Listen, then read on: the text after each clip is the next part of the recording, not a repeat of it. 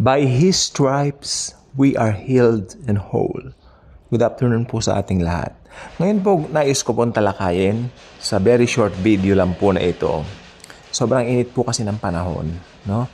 At alam po ba ninyo kapag ka po ganito, marami pong naaatake. Yung mga nagkakaroon ng myocardial infarction.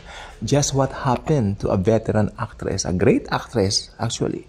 Isa sa mga hinahanga nating actress na si Miss Jacqueline Jose na pumanaw po kahapon, kung di ako nagkakamali, kahapon. At sa edad na 59 anyos. Okay, so ang kanya pong pagpanaw ay nag-cause ng kalungkutan sa buong Pilipinas dahil isa siyang marunong na actress, magaling na actress, veteranang actress. Pero nagmulat din naman sa mga tao na kung ganitong panahon na mainit, tayo po ay mag-iingat.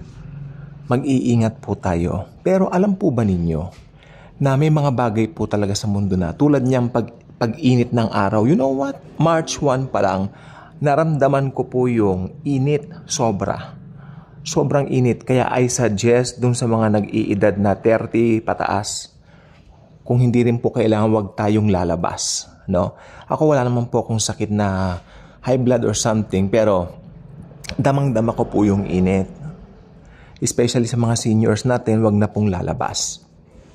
At ang Panginoong Hesukristo, nagbigay din po ng provision kung paano natin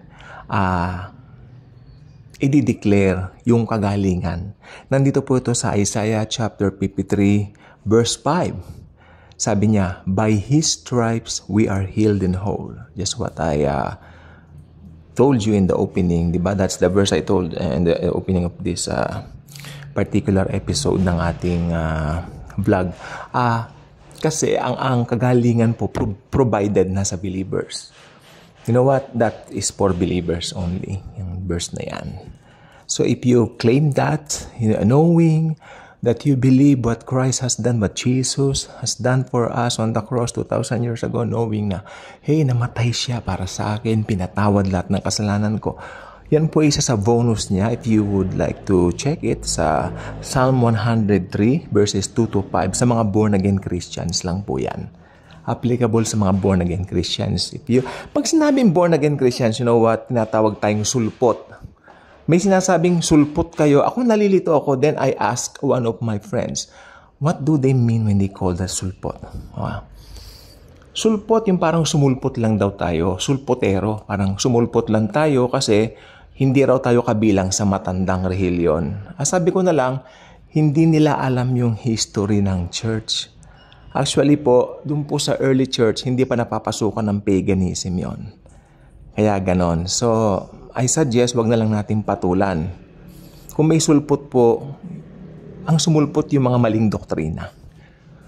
Tulad ng alam na po ninyo, yung ginagawa na tuwing sumasapit yung mga tradisyon, procession, mga ganyan, that's unbiblical. Hindi naman po. Pero hindi po ako nakikipagtalo sa kung ano yung faith po nila. Ba't nga po ba tayo napunta dyan? Napunta tayo dyan sapagkat may binanggit ako kanina yung verse na Psalm 103 verses 2 to 5 ay para sa born-again Christians lang. Kasi, ang mga born-again Christians, tayo yung pinagkalooban ng Holy Spirit. Sa atin, i-deposit, sabi ng Biblia, we are being deposited with the Holy Spirit. So, meron tayong leading, no? Kahit na anong mangyari, may leading ka. Like kanina, without elaboration na lang po dahil very personal po kanina, it's within the family, you know. Merong kailangan talagang gawin na parang lumabis kami, na parang sumobra na yata. Then may leading si Lord na tipirin yung mga pera. About money po, syempre. Parang, naging magastos kami. I shared. Naging magastos ako. Naging magastos ako, sabi ng mga ibang kamag-anak ko rin. So, high time, the Lord Jesus is telling us, I will always provide everything for you because you are a born-again Christian, sabi ni Jesus.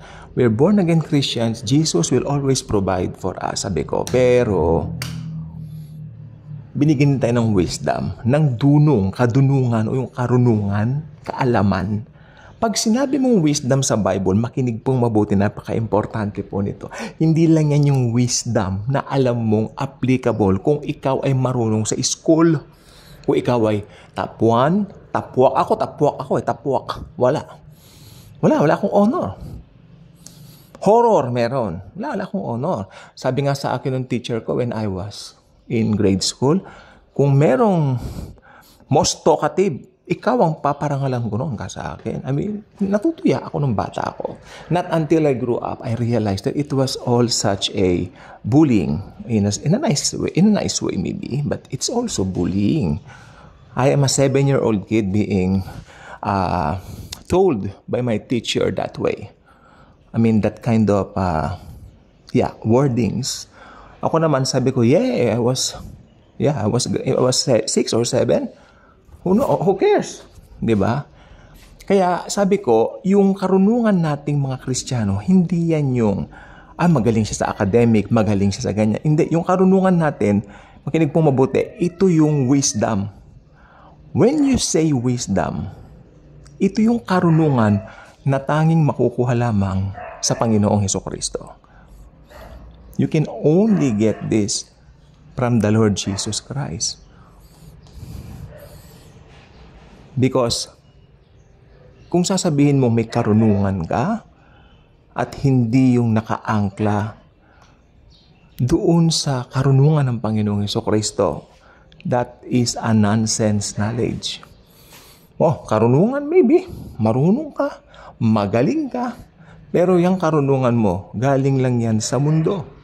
At ang sabi ng Bible, ang mundo at ang lahat ng mga naririto ay magsisilipas din naman. Ngunit silang mga nakipag-isa kay Kristo ay mabubuhay magpakailanman. Yun yung buhay na walang hanggan. That's the kind of life we possess already when we receive Jesus as Lord and Savior. Zoe kind of life. Zoe. Eternal life. So, sabi ko po, yung kagalingan ng ating katawan, meron po yung tinatawag na root sa Biblia. Para hindi ka dapuan ng sakit, i-speak mo, I declare sa umagang ito, wala akong sakit, hindi ako maaatake, mahal ako ni Jesus, highly favored and greatly blessed ako, lahat ng gagawin ko magpro-prosper, at higit sa lahat, alam ko ililid ako ng guidance ng Holy Spirit niya. Sapat na po yan para, to have a wonderful kind of life daily, on a daily basis. I mean, just declare, I am the righteousness of God in Christ Jesus. It only means one thing, wala kang ginawa. Wala kang ginawa, pero pinaburan ka. Highly favored and greatly blessed. That's the correct kind of term. Ang Panginoong Hesukristo, hindi tumitingin sa works mo, sa pwede mong gawin, mabait ba ako, good works mo. Yes, sa mata ng Panginoong Hesus, that's nothing. Why? Sapagkat sa mata niya, basahan lang tayo.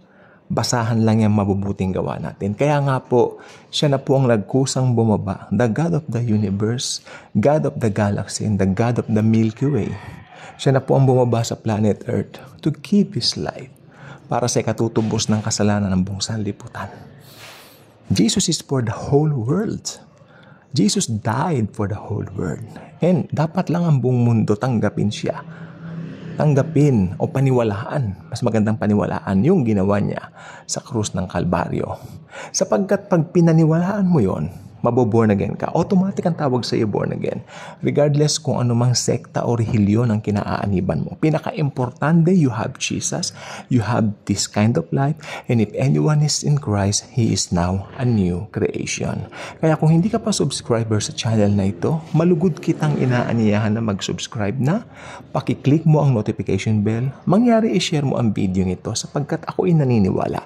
Maraming kapakinabangan ang kakalat sa buong mundo kapag ito pong video ito ay kanilang napanood at napakinggan. The content of this video is no one else kundi ang Panginoong Hesukristo. Siya lang po ang bida dito Okay? Ang bida rito ang God of Gods, the God of the galaxy, the God of the Milky Way. Thank you po, and Jesus truly loves us all.